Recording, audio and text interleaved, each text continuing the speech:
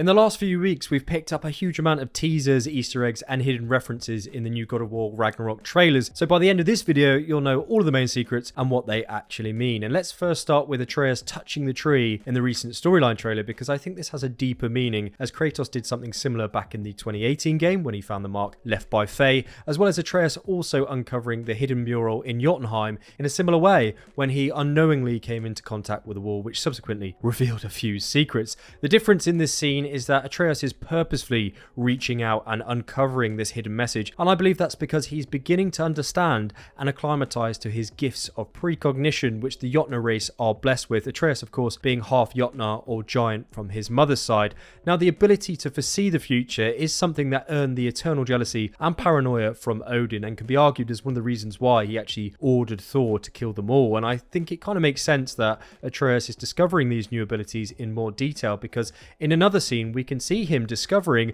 another similar golden secret. In fact, in the audio captions trailer, it's called a prophecy. Listen to this. Visions of prophecy. So we've got ourselves another futuristic prophecy here, which seems to show someone leading an army into battle, which I reckon is Loki, otherwise known as Atreus. And because of the nature of this prophecy, which seems to be a small glimpse of Ragnarok and who it involves, I do think that this scene may be occurring in Jotunheim at Groa's library specifically. And let's break that down further now, because in the God of War story and in Norse mythology, Groa was a very powerful Jotun giant seeress. She honed her natural Jotun foresight abilities to such an extent that she saw a vision about how Ragnarok comes to be. Odin felt the significance of this vision across realms and travelled to Groa's library in Jotunheim, demanding to know what she had seen, and if she didn't tell him, he would kill her. He also admitted to her that Thor had actually killed her late husband, who had gone missing and who she was actually at the time searching frantically for, and when she actually heard this admission, she refused to tell him anything, and then Odin subsequently killed her,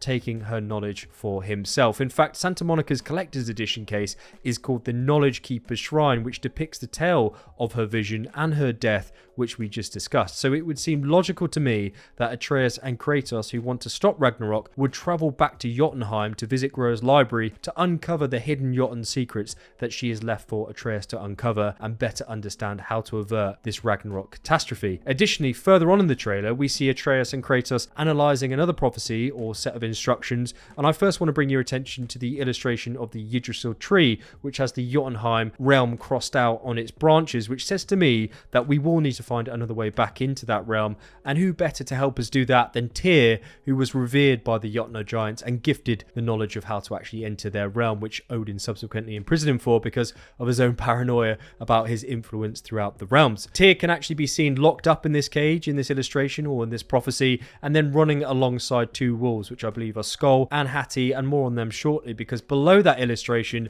is what I believe to be a picture of Jotunheim, or perhaps Muspelheim if we do take the two pictures from the collector's edition cloth map and then kind of compare them side to side, but I do think it's Jotunheim out of the two, to be honest with you. So with all this in mind, and to prevent Ragnarok from occurring, are Atreus and Kratos releasing Tyr from his bonds by following this how-to guide on the wall, so we can then help them get back to Jotunheim, as he's one of the only gods, perhaps still the only god alive, who knows how to do so. And when they do arrive, they can uncover the secret visions left by Groa in her library, which Atreus can now locate with his giant's blood, which is where I think this prophecy scene comes into play here, because we can just about make out Tyr's arm on the left-hand side of the screen. So he's obviously with them both when they're viewing this battle-orientated prophecy that can only be assumed is Ragnarok, or they could actually just be in Alfheim, as they are viewed together in another scene here. So I could be off-piste, but let's talk about those two wolves on that how-to guide on the wall, because that also is featured later on in the trailer as well, quite purposefully, I imagine, in tying into everything that we've discussed so far.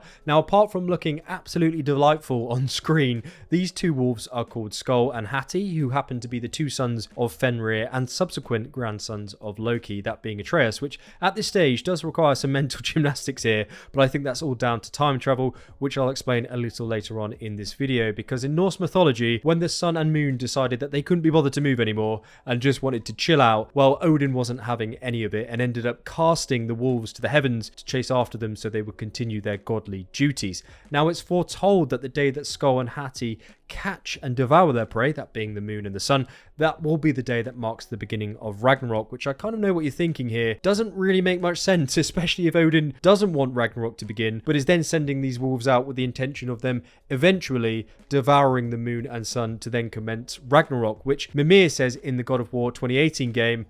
It's always about control.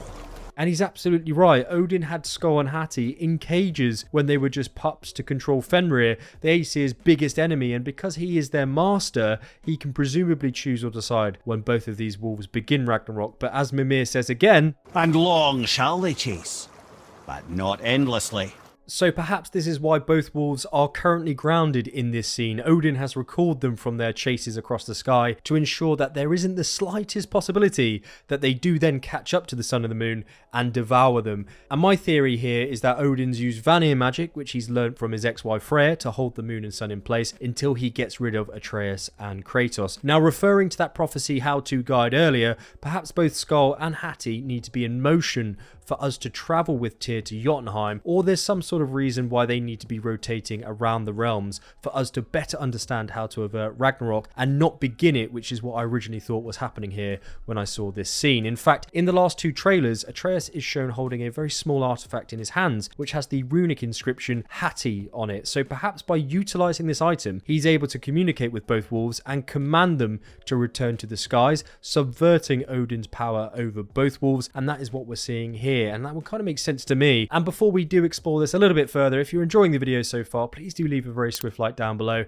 It helps me out a ton on YouTube, so thank you very much. Now let's go over some more secrets about Tyr, as he seems to be taking an instrumental role in this game from everything that we've seen so far from Santa Monica. He is the son of Odin, a traveler of the world and eager to learn about other cultures to gain new perspectives, believing that that was the only way he could achieve true peace. Now, as we briefly mentioned, Tyr was plotting with the Jotnar giants after Odin ordered their deaths, and for doing so was imprisoned by Odin, who also spread a rumour of Tyr's demise around the 9 realms. And this is where we find Tyr chained up in what I believe is the cell hidden in the depths of Svartalfheim, as the thematic design of the 2021 trailer matches up with the recent Game Informer Svartalfheim video. And why else would there be Einherjar warriors, Odin's bravest troops, guarding the door where Tyr is imprisoned? There's also underground caverns noted on the cloth map specifically, and on no other realm as well, so that's why I think we're going to find him. I also think this is where our new home base will be, as we can match up the windows from the last 2 revealed trailers, and it would make sense that this is located in Svartalfheim, as that's the realm of the dwarves, which of course is what Sindri and Brokkr are. Now, as we see Kratos freeing Tyr, there's 2 things I want to bring your attention to here. First of all, Tyr says this about Kratos. I know you. God Killer.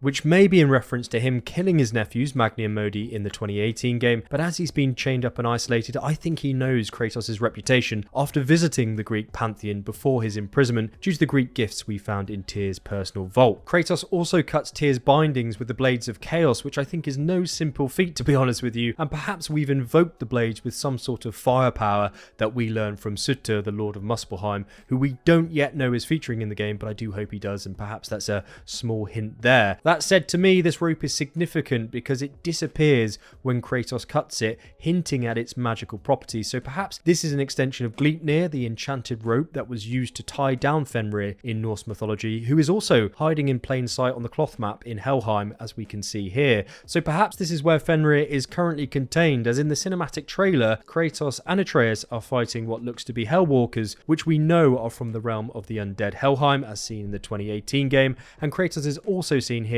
giving Tyr the Blades of Chaos, which I'm going to talk about a little bit more shortly as it pertains to Thor, and I think it's quite important. But I just want to stick on the cloth map a little bit longer because the runic message on the left hand side is a brief summary of Brokkr and Sindri's story. Thanks to Silent Moss on Reddit, we have the full translation, which I'll pop on your screen right now, but in the interest of time, I'm not going to read it word for word, but rather pick out some of the more important and interesting phraseology here. It denotes their incredible creations, such as Mjolnir and the Leviathan axe, but also suggests that their abilities to navigate and traverse the realms rival that even of Odin, the All-Father himself. And this hints to me that Brokkr and Sindri are not just able to pop up in different realms as well as the space in between the Great World Tree, but perhaps potentially have some knowledge that hints to the time travel, especially as Sindri tells Atreus in the 2018 game that they can travel beyond the world between worlds, perhaps hinting at Ginnungagap itself, which was the vast primordial void that existed prior to the creation of the universe and is also the location where everything collapses into during Ragnarok, which is what this place certainly looks like in the trailer. We can see this void realm on the cloth map as Niflheim and Muspelheim clash together, with Ginnungagap being the middle of both realms according to Norse mythology. Additionally, this runic translation on the cloth map also mentions another significant creation called the Cloak of Feathers, which belongs to Freya, and let's talk about her now, because in Norse mythology the cloak has the ability to transform its wielder into any feathered creature of their choice, and this all adds up because we can see Freya transform into a falcon in the 2021 PlayStation Showcase trailer, as well as in the new official wallpaper depicting the same scene. In fact, in the recent storyline trailer we can see Freya appear once more, but not in her feathered form, but rather she has Atreus by the sword where she cuts away a medallion from his neck. Now she's eyeing this up with particular interest because this is the mistletoe arrowhead which Baldur, Freya's son, cut himself with in the fight between Atreus and Kratos, subsequently removing his immortality. Eric Williams, the game director, has already stated that Freya will be one of the main antagonists in this game, so you can bet she will not be pleased to see the main cause of her son's death, that being the mistletoe imbued arrow, being worn as some sort of trophy around his killer's neck, that being Atreus and by extension Kratos. In fact, we can see Freya's Vanir magic at work in this scene in the storyline trailer as well, as she controls the vegetation to try and halt Kratos' escape. But I want to bring your attention to the person on his shoulders, as I reckon it may be one of the two Vanir twins that we see in the collector's edition, the first being Freya and the second being her twin brother Frey, who is the Lord of the Light Elves, which we can see in fact is one of the elves here protecting him in the trailer. He also has what is presumed to be the summer sword on his back, which in Norse mythology can fight by itself, which sounds quite cool, with Frey noted for being one of the few gods welcomed in Alfheim, to the point that he has his own temple there and is believed to have full control over the light itself. And since our 2018 game, he has gone missing and was believed to be hiding away in Vanir for some unknown reason, which in turn certainly looks like this realm from this scene in this trailer due to its thematic design. And I also want to note this scene here, which I presume is still in Vanir due to the actual shrubbery in the background, if that's what you want to call it, where Kratos is actually covered in blood and looking shocked at what he has presumably just done, with Odin saying this in the background. Beyond the monster who kills without cause. Which I think is a hint that he's just killed Freya in this particular scene itself due to his reaction. But speaking of Odin, let's actually break him down now, because he did appear in the trailer as a silhouetted figure in the doorway, purposefully mirroring previous characters that we've had appear at that same doorway, such as Kratos, Baldur and Thor, which is a really nice cinematography way of kind of introducing new characters, or it's a kind of a metaphor for framing important characters that are being introduced in the story and how they do enter it. I think that's pretty cool. In fact, I don't think Kratos is home in this particular scene, which Odin is well aware of and has taken this opportunity to approach Atreus and have a candid conversation with him without interference. And I think it's good to note here that even with the clear age gap in God of War between Odin and Atreus, in Norse mythology both of these two are blood brothers, which in Norse culture was practiced back in that Viking time period where two men would cut themselves and then duck under an arch of spears if they wish to have a stronger bond than just an oath of words. It's not specified in mythology though why Odin and Loki have this bond, but perhaps this is what we experience here in game between these two, and that's why Atreus says the following in the trailer. Everyone keeps secrets. Sometimes it's the only way to protect the ones we love.